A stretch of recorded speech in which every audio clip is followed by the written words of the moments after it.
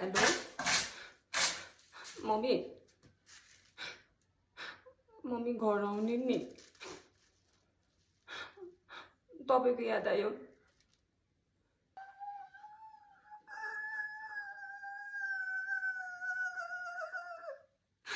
mummy लु भन्नु त तपाईँको छोरी अहिलेसम्म ब्रसदेखि अरू के उठाएको छ भन्नु त छैन होइन यहाँ त बिहान बिहानै झाडु उठाउनुपर्छ मम्मी ब्रस नगरिकन पानी नखाइकन घर सफा गर्नुपर्छ मम्मी म घर आउने नि मम्मी म बस्दिनँ नि घर आउँछु नि के रे ए अब चाहिँ तँलाई घरको याद आयो घर आउने मेरो याद आयो सल्लाह छोरीलाई पुलपुलालाई घरमा राखेको त केही काम नगरिकन राखेको त बिहा पो गर्दो रहेछ है कस्तो तँलाई चाहिँ बिहान बिहानै टोइलेट सफा गर्नु परेन ब्रसले आज त यो त बहिनी छोरी त्यति त नमुना मात्रै हो